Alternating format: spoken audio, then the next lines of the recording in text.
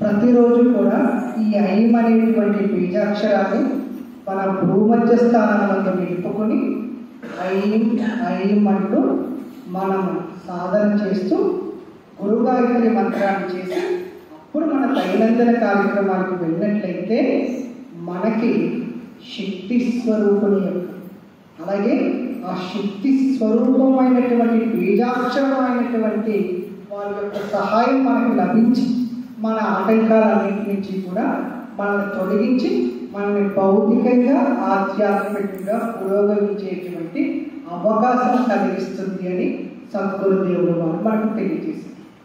అలాగే మెహర్ బాబా వారిని మనము అందరూ కూడా ప్రాతకాలంలోనే ప్రార్థిస్తూ ఉంటాం. మెహర్ బాబా వారి యొక్క జీవిత చరిత్రను మనం చూసినట్లయితే మనకి 5 సద్గురువులు ఎప్పుడూ తారసపడుతూ ఉంటారు. అందులో ప్రప్రథమంగా చెప్పేటువంటి సద్గురు యొక్క పేరు బాబాజాన్ అని తెలియజేస్తూ ఉంటారు. ఆవిడ మెహర్ బాబా వారిని ఇక్కడ ముద్దు పెట్టడంతో ఆయన యొక్క బాహ్య స్మృతిని కోల్పోయి ఆయన ఆ యొక్క దైవీ స్థితిలోకి ఆయన వెళ్ళినట్లుగా తర్వాత ఈ 4 సద్గురులు ఆయన యొక్క దివ్య కార్యక్రమాన్ని చేశారు అని తెలియజేస్తూ ఉంటారు. అటువంటి అవతార పురుషుడైనటువంటి ప్రేమావతార పురుషుడైనటువంటి మెహర్ బాబా వారిని ప్రాతకాలంగా ఆయన యొక్క అనుగ్రహానికి పాత్రలు వెళ్ళేటువంటి ఒక సుప్రభాతం ఉంది. అదొక్కసారి మనం విని దాని తర్వాత కార్యక్రమంలోకి వెళ్దాం.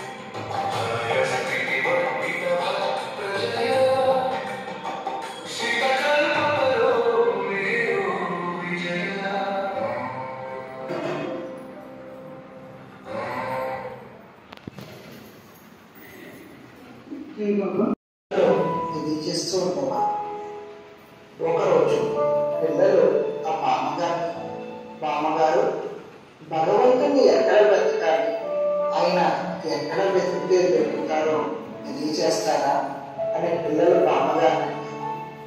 బామ్మగారు తప్పకుండా తెలియజేస్తారు. అవతార్ మెహర్ బాబా వారి జీవితంలో జరిగిన ఒక ఇన్సిడెంట్ని ఆవిడ కోట్ చేస్తూ పిల్లలకి తెలియజేశారు. అవతార్ మెహర్ బాబా ఒక ప్రశాంతమైనటువంటి రోజు ఆ చెట్టు కింద కూర్చుని తన ప్రేమికులందరికీ కూడా తన అక్షర ఫలకాన్ని చూపిస్తూ ఈ విధంగా అడిగారు, why is it so difficult to find God అని ప్రశ్న వేశారు. మీరందరూ కూడా భగవంతుని కనుగొనడం ఎందుకంత కష్టంగా మారింది అని ఆల్ఫాబెట్ బోర్డు చూపిస్తూ బాబా ప్రశ్నించారు. ఆ ప్రశ్నకి ఒక్కొక్క శిష్యులు ఆలోచనలో పడి ఒక్కొక్కరు సమాధానం చెప్పడం ప్రారంభించారు. ఒక శిష్యుడు తెలియజేశారు, బాబా మాకెన్నో కోరికలు ఉన్నాయి, ఆ కోరికలతో మా మనస్సంతా నిండిపోయి ఉంది, అందుకే మాకు భగవంతుడు కనిపించడం లేదు బాబా అని ఒక శిష్యుడు తెలియజేశారు. ఇంకో శిష్యుడు లేచి, బాబా మా మనస్సు ఎప్పుడు అల్లకల్లోలంగా ఉంటుంది, అది ఎప్పుడూ అటు ఇటు పరిగెడుతూ ఉంటుంది, అందుకే మాకు భగవంతుడు కనిపించడం లేదు బాబా అని తెలియజేశారు. ఇంకొక శిష్యుడు తెలియజేసి, బాబా మేము ప్యూర్గా ఉండడం లేదు, అందుకే మాకు భగవంతుని చూడలేకపోతున్నాం, తెలుసుకోలేకపోతున్నాం బాబా అని తెలియజేశారు. మెహర్ బాబా ఆ మాటలన్నీ కూడా శాంతంగా వింటూ తన అక్షర ఫలకంపై ఇలా చూపించారు, you are all looking for something you have never lost అని బాబా చూపించాడు అక్షర ఫలకంపై. మీరు కోల్పోని దాని గురించి ఎప్పుడూ వెతుకుతూ ఉన్నారు అని తెలియజేశారు. అప్పుడు శిష్యుల హృదయాలన్నీ కూడా బాబా వారి ప్రేమతో నిండిపోయింది. బామ్మగారు పిల్లలు అర్థమైందా బాబా ఏం తెలియజేశారో? మనం ఏదైనా ఒక వస్తువును వెతుకుతున్నాము అంటే ఆ వస్తువు మన దగ్గర ఉండకూడదు కదా. మరి మనం భగవంతుని ఎప్పుడు కోల్పోయామని కొత్తగా బతకడానికి? ఆయన ఎప్పుడు మనలోనే ఉన్నారు కదా, మనతోనే ఉన్నారు కదా, మన హృదయమే ఆయన నివాసము అని తెలియజేశారు బాబా. కాబట్టి భగవంతుని మనం మన శ్వాసలో, మన మౌనంలో, మనం ప్రేమతో ఆయన అనుభవించుకోవడానికి ప్రయత్నించాలి.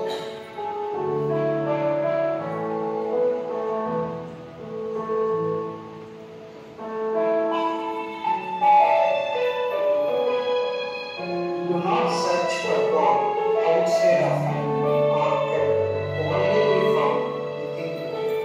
For His only abode is the heart. తెలియజేశారు బాబా.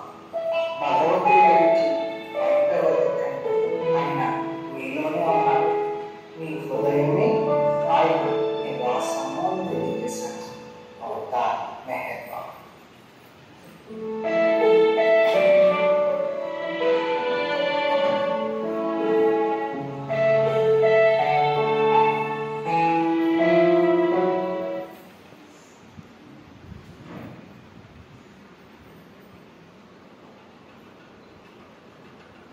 అలాగే ఈ వీడియో చూశారు కదా, భగవంతుడి గురించి బయట వెతకండి, మీ హృదయమే ఆయన నివాసము అని మెహర్ బాబా తెలియజేశారు. కాబట్టి మన హృదయాన్ని పరిశుద్ధం చేసుకోవాలి, మన హృదయాన్ని ఖాళీ చేసుకోవాలి. మన హృదయం అంతా కూడా మనకి ఇష్టమైన వారితో నింపించుకున్నాం.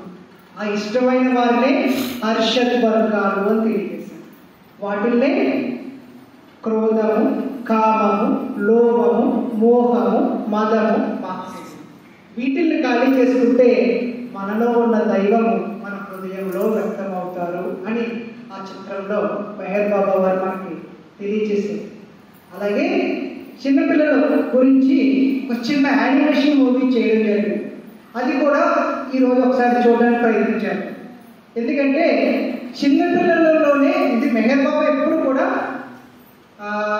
చిన్నపిల్లలు అంటే చాలా ఇష్టపడేవారు. ఎందుకంటే స్వచ్ఛత, ప్యూరిటీ, వాళ్ళలో ఎటువంటి కల్మషం ఉండదు. సో ఆ పిల్లల్లో ఉన్నటువంటి ఆ కల్మషం లేనటువంటి ప్రేమని మనలో కోరుకునేవారు మెహర్ బాబా. అంత స్వచ్ఛంగా ఉండాలి.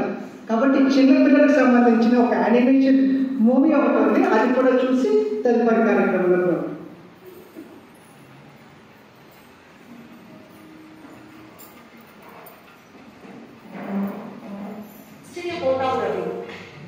ఈ రోజు మన పార్క్ ఆర్ట్ థియేటర్లో అవతార్ మెహర్ బాబా గురించి సంగీత ప్రదర్శన అయిన మెసేజెస్ ని ఒక చిన్న స్టోరీస్ గ్రూప్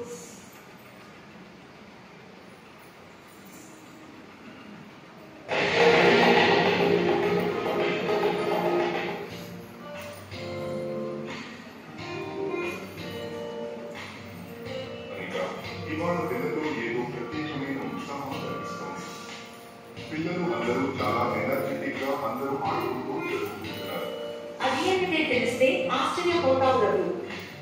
ఈ రోజు మన పార్క్ ఆర్ట్ థియేటర్లో అవతార్ మెహర్ బాబా గురించి సంగీత ప్రదర్శన అయిన మెసేజెస్ ని ఒక చిన్న స్టోరీస్ రూపంలో చూపించబోతున్నారు. పిల్లలు ఆయన్ని వారి నిసర్గ స్నేహితులుగా భావిస్తారు. ఆయన గురించి మరిన్ని విషయాలు థియేటర్ కి వెళ్లే లోపల తెలుసుకుందాం అని చదువుతున్నారు. ఆయన మాట్లాడలేదా? ఆయన బోధించడానికి రాలేదు, మేల్కొలిపేందుకు వచ్చారు అని 44 సంవత్సరాల పాటు సైలెన్స్ లో ఉండి స్పిరిచువల్ వర్క్ చేశారు. మన అందరి హృదయాలలో ప్రేమ బీజాలు వేశారు. ఆయన ప్రేమ మాటల కంటే బలంగా మాట్లాడింది, అందరి హృదయాన్ని మేల్కొల్పింది.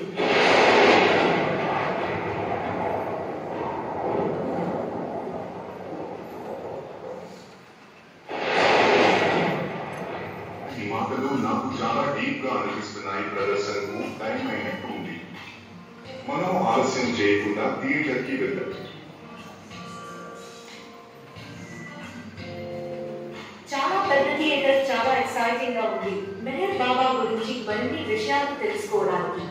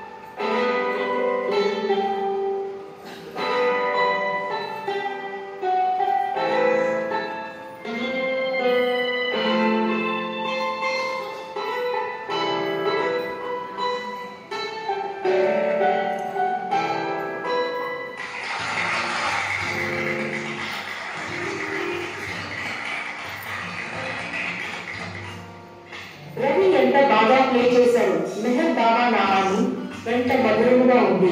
ఆ నామము మనము ప్రతి చర్యలో ఆయన నామాన్ని జ్ఞప్తిలను ఉంచుకొని స్టార్ట్ చేస్తే అంత ఆనందమే కదా. నో మోర్ వరీస్, ఎటువంటి వరీస్ ఉండవు కదా.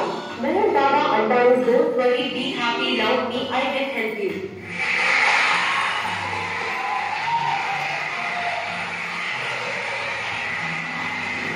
స్కూల్లో ఈవినింగ్ స్నాక్స్ ధరించారు. పిల్లలు అందరూ చాలా హ్యాపీగా వాళ్ళ ఫేవరెట్ స్నాక్స్ తినడానికి రెడీ అవుతున్నారు. అన్ని తన ఫేవరెట్ బాస్కెట్ తినడానికి బాక్స్ ఓపెన్ చేస్తూ మనసులో ఈరోజు బాస్కెట్స్ అన్ని నేనే తింటాను. ఈలోగా రాహుల్ తన స్నాక్స్ బాక్స్ మర్చిపోయి వచ్చాడు. రాహుల్ ధన్విని చూసి, నేను స్నాక్స్ మర్చిపోయాను, మీ స్నాక్స్ షేర్ చేస్తావా ధన్వి అని అడిగాడు. నేను అంటూ ఆలోచనలో పడిన ధన్వికి మెహర్ బాబా మెసేజ్ గుర్తుకి వచ్చింది. నిజమైన ఆనందము ఇతరులను ఆనందింప చేసినప్పుడే కదా కలుగుతుంది అని తలుచుకుని రాహుల్కి తన బాస్కెట్స్ షేర్ చేసింది. ఈరోజు హ్యాపీగా స్నాక్స్ తీసుకున్నాను. ఆమె ధన్వి, నువ్వు చాలా మంచి స్నేహితురాలివి. ధన్వి హ్యాపీగా ఇంటికి వెళ్ళి జరిగింది అంతా వాళ్ళ అమ్మగారితో షేర్ చేసింది. వాళ్ళ అమ్మగారు చాలా మంచి